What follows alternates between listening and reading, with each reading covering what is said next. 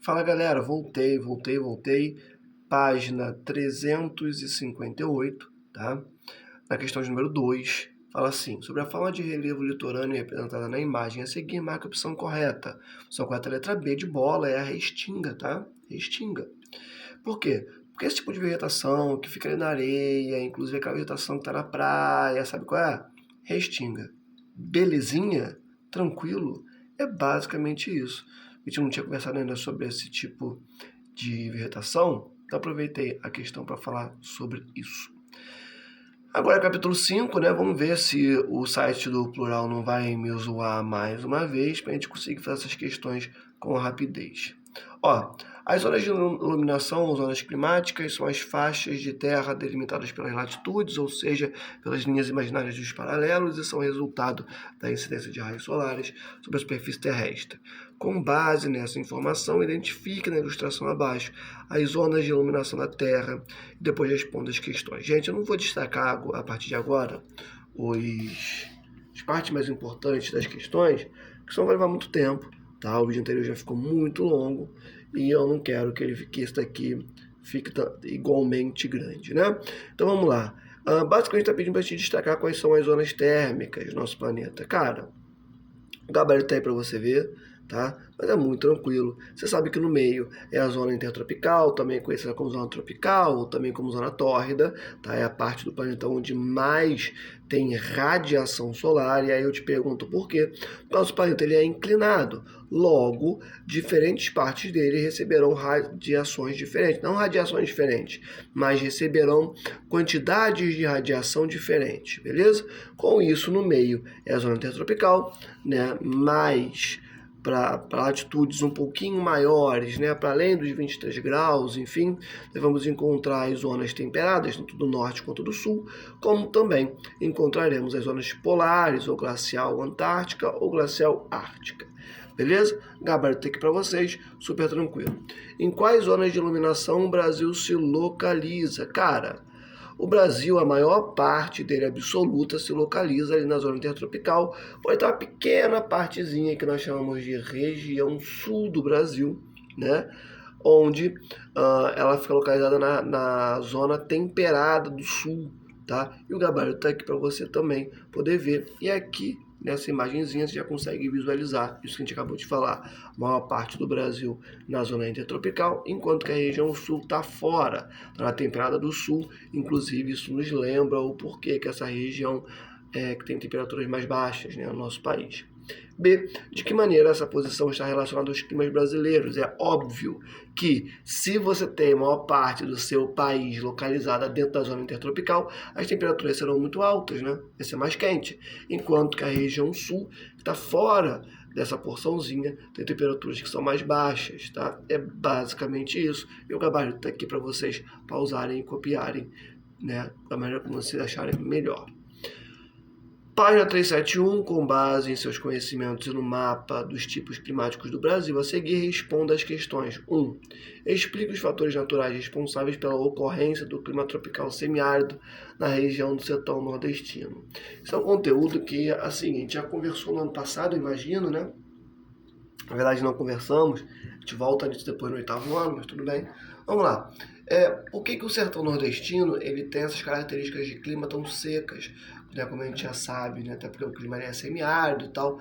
Presta atenção. Bom, basicamente, ele é uma zona de ponto final de massa de ar, tá? Que nesse caso é a MEA, né, massa equatorial atlântica. Ela vem percorrendo toda uma parte ali do Oceano Atlântico, pegando ali um pouquinho acima da linha do Equador, né, na porção norte do nosso planeta, hemisfério norte, e vem se deslocando até chegar nessa partezinha aqui, ó, né? A gente vai encontrar justamente esse clima, né, semiárido aqui nessa porçãozinha amarelinha, né, do Nordeste brasileiro, onde é como se ela estivesse vindo por todo o seu trajeto, chovendo, e quando chegaria ela está bem sequinha. Esse é o primeiro ponto. Segundo ponto é que a área de clima semiárido no Nordeste, ela é bastante envolta de planaltos, né? O que dificulta a entrada de umidade para essa localidade. Além disso, estamos falando de uma porção do território brasileiro de alta pressão, tá? por conta desses grandes relevos, as massas de ar, presta atenção no que eu estou falando, não dispersa, as massas de ar sobem esse relevo e descem. Quando elas descem, elas desenvolvem uma alta pressão ali dentro. Tá? Então, olha só, quais são os principais fatores que levam ao setor nordestino, né, ter essa característica climática tão seca, né, um clima semiárido? Bom, basicamente a gente junta o fato de ser ponto final de massa de ar, principalmente a meia, juntamos também o fato de ser uma região de alta pressão e de ser uma área cercada, envolta de planaltos, beleza? Número 2, dos tipos climáticos brasileiros, apenas um ocorre ao sul do Trópico de Capricórnio. Identifica esse tipo climático e aponta uma característica dele. Estamos falando do clima subtropical, né? Cara, é muito tranquilo de perceber isso. Vamos ler de novo. Dos tipos climáticos brasileiros, apenas um ocorre ao sul do Capricórnio. Olha para esse mapa. O Trópico de Capricórnio está exatamente aqui, ó. Qual é a região brasileira que está ao sul do Capricórnio? Essa. Qual é o clima da região sul brasileira? Clima subtropical. Acabou. Beleza? Uma característica desse clima subtropical, desse clima subtropical, desse tipo climático, né? Cara, temperaturas muito baixas. Ponto.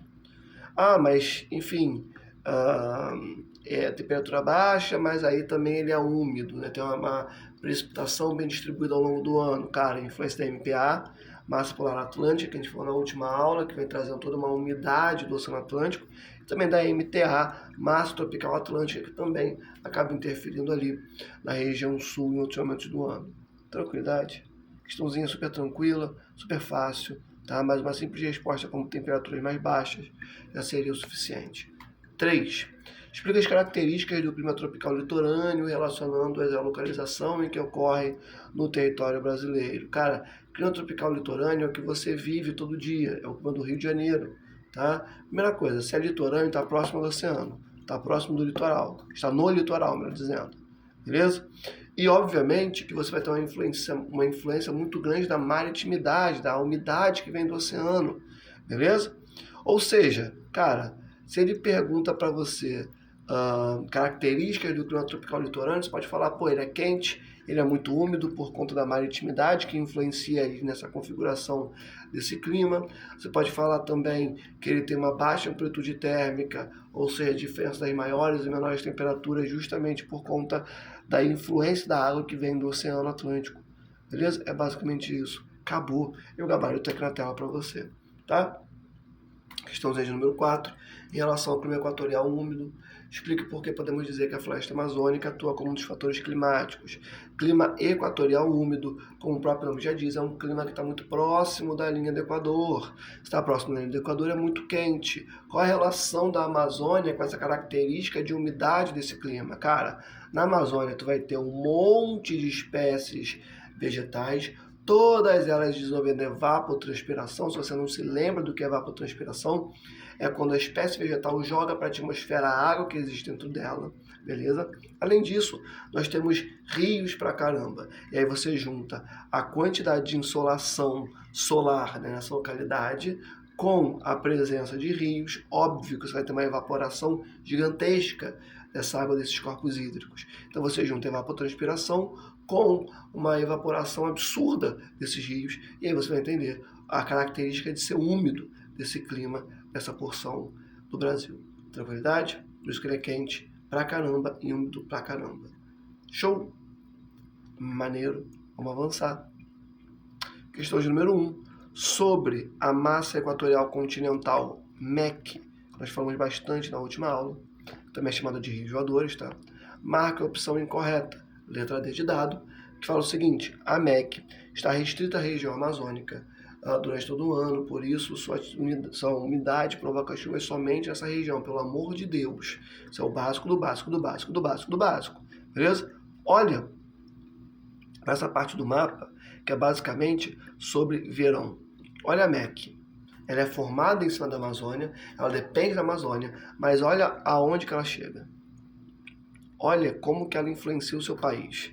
beleza? Sem a MEC, o clima daqui do Rio de Janeiro seria muito mais seco. Inclusive, alguns estudiosos apontam que talvez até próximo do que a gente presencia lá na região de Cerrado, no centro-oeste brasileiro, tá?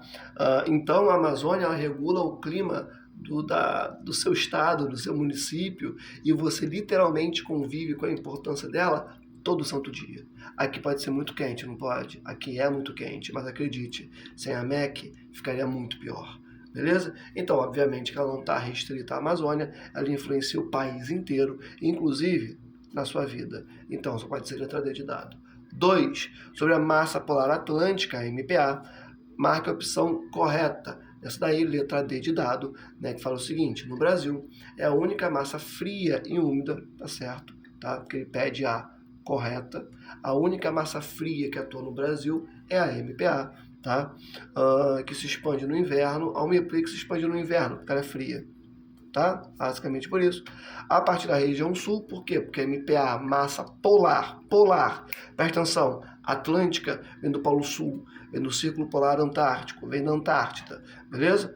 Então ela vem se desenvolvendo desde lá, né, e chega, obviamente, mais rápido, mais fácil na região sul, e segue por todo o litoral atlântico, e é responsável pelo fenômeno da friagem na região norte. Foi o que a gente falou na última aula. Friagem não é um friozinho, você tem que colocar o casaco. Friagem é quando as temperaturas despencam. E aí, como a gente já viu no mapa, inclusive deve dar para ver por esse mapa aqui, dá aqui, ó, bum. Quando a MPA chega no Brasil, ela se desloca por todo o território brasileiro e chega até aqui, ó, na região norte. E até tem uma relaçãozinha entre MPA e MEC, né? Porque no inverno, a MEC, como é uma massa de ar muito quente, ela retrai. Ao mesmo tempo que durante esse mesmo inverno, a MPA pega mais força e ela consegue chegar até a Amazônia. Quando ela chega na Amazônia, você tem uma queda muito brusca da temperatura, que se todo ano são muito quentes, durante esse período elas caem de uma maneira muito forte por conta da presença da MPA. Essa queda muito brusca, muito forte da temperatura é o que de fato é a friagem. Tranquilidade? E a gente percebe que durante o verão, a MEC, por sua vez, ganha muito mais força e se expande, enquanto a MPA, cara, nesse mapa, nem sequer aparece. Show de bola, tranquilidade, na paz, maneiro. Então só poderia ser letra D de dado, e aí vamos para 3. 3, como vimos, climograma. Climograma é um gráfico em que as barras indicam a média de pluviosidade, que é a mesma coisa que chuva, de cada mês, e a curva representa a variação das médias térmicas mensais. Observe os climogramas abaixo. E aí, cara, climograma é o seguinte, é um gráfico, tá? Onde as barras azuis representam chuva e a linha vermelha representa a temperatura. E aí me responde o seguinte: tu já viu temperatura no Brasil de 400 graus? Não, até porque isso nem existe, né? Ou seja, essa barra desse lado só pode ter relação com chuva, ao mesmo tempo que essa aqui tem relação com temperatura, beleza? Então a linha vermelha, ela vai se relacionar com que lado? Com esse segundo lado aqui, de 30, 25, 20, 15, 10, que são graus Celsius, beleza? Enquanto que as barras vermelhas, elas vão se relacionar com a outra parte desse gráfico, que aí sim já fala de 400, 350, 300, 350 até zero, que aí nesse caso são milímetros, beleza? E aí quando a gente olha para esse climograma apenas em específico, o que nós temos? Esse primeirão aqui. O que nós temos? Bom, nós temos uma realidade em que chove muito pouco, muito pouco. O máximo que a gente tem ali é no mês de março, com 150 milímetros, tá? E durante todo esse conjunto aqui de meses, a precipitação é extremamente baixa, não chegando nem a 50 milímetros. E como a gente viu naquele nosso primeiro vídeo, tem um clima no Brasil que durante, 6 meses, nem sequer chove ou chove muito pouco. Esse clima é um semiárido. Vamos olhar agora para as temperaturas. A temperatura aqui vai variar, de uns 29 graus, 28 uns quebrados, na máxima, e a mínima é 24,8,9, ou seja, temperaturas absolutamente altas. Qual é o clima?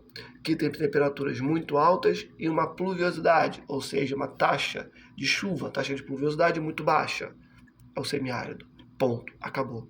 A mesma forma de pensar é atribuída aos outros climogramas. Depois, leia as alternativas e marque a relação incorreta entre o climograma e o clima de cada cidade. Essa daí é a letra C de casa, que fala: o climograma de Manaus mostra baixa pluviosidade durante todo o ano e médias térmicas sempre acima de 20 graus Celsius. Características do clima tropical típico. Primeira coisa, tem tanta coisa errada, você nem precisava ler o climograma para fazer essa questão, tá? Primeira coisa, Manaus, região norte do Brasil, tá? Mostra baixa pluviosidade. Absolutamente errado isso. Se tem um lugar que chove, é a região sul, é a região norte do Brasil. Beleza? Então, não faz sentido isso. Durante o ano todo. E médias térmicas também não. Tá? Médias térmicas acima de 20 graus. Tá? Aqui até vai, tá? Porque realmente as médias térmicas da região norte do Brasil, elas estão acima de 20 graus, né, bem quentes, mas é muito acima, tá? Mas muito acima mesmo. Então aqui já está estranho, mas tudo bem, vamos deixar passar essa. Características do clima tropical típico. Aqui chega até a ser piada, tá? Por quê? Porque na região norte do Brasil, o clima não é tropical típico não, tá? O clima é equatorial. Então, outro erro que a gente percebe nesse momento, tá? Mas só para desencargo de consciência, vamos dar uma olhada no climograma de Manaus. Aqui. O que a gente tem? Presta atenção, não se entrega. Nós temos barrinhas azuis que, cara, na moralzinho mesmo, dá uma olhadinha nisso. Aqui. Cara, tu tem, olhando para barrinhas azuis que são relativas à chuva, ou a máxima de chuva, ela chega acima de 300 milímetros. Isso é chuva pra caramba, beleza? Muita, muita, muita chuva. Quando a gente vê a máxima de temperatura, ela pega ali, vai, uns 27, por aí. E a mínima, aqui ó,